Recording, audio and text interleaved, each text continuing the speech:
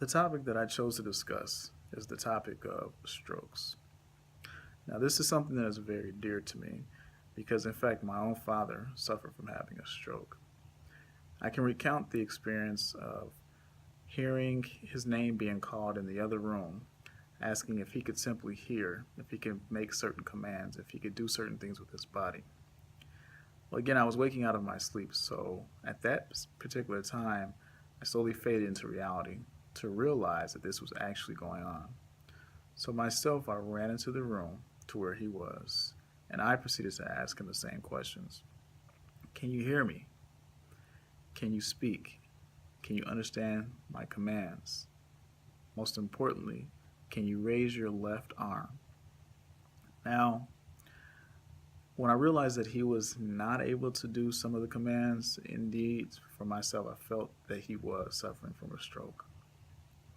So at that point, we continued to contact the hospital, the emergency response team, to rush him there.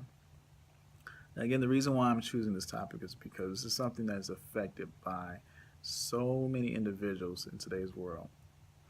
800,000 individuals statistically have suffered from strokes on a yearly basis.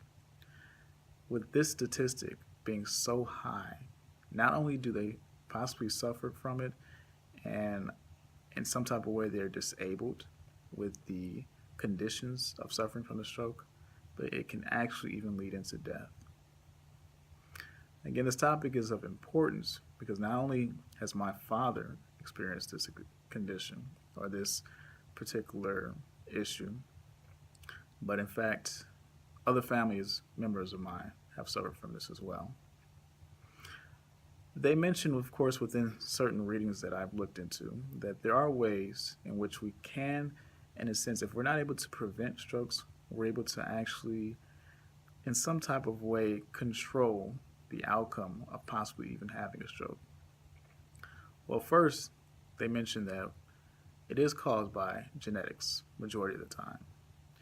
But again, with our eating habits, we can do so much better with how we consume food to combat different health issues, not only strokes, but also various issues that we deal with, which can cause death as well. They mentioned that within this particular reading, the statistics mention that having a balanced diet, eating more vegetables, of course, is something that does contribute towards lessening the risk of having strokes. Even exercising is something that is mentioned as very important to do, not only in older men, but also in younger men. And let me not just limit it to men. This is just for all men and women who may experience this as well. Well, beyond the point of course, the foods that we eat and genetics,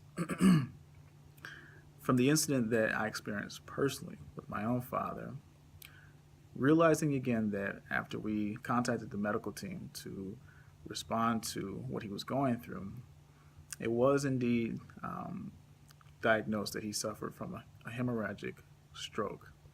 Now, that in this instance is a stroke where the blood vessel actually bursts within his brain. This is very detrimental. Now, in this sense as well, when this occurred, sad to say, with a long life of fighting the complications of the stroke that occurred, 7 years down the line, my father did pass away. And again, this is why this is so important to me. Not only is it important to me because of what I've had to experience with my own father, but with all people who have had to deal with similar incidents with their family members, loved ones, whomever, have experienced the same issue. And this is an issue that doesn't seem to be going away, of course, anytime soon. But again, the awareness that we bring to it and the things that we do to lessen the risk of the strokes that certain individuals face can help in some type of way. Again, one thing that we need to be mindful of is not only should we be conscious of our eating habits, but exercising is so important. Different activities in which we can, of course, engage ourselves in cardio work in some form of fashion. These things lessen the risk of us experiencing strokes as well. Again, this topic is dear to me because of the incident of my father, what he's went through.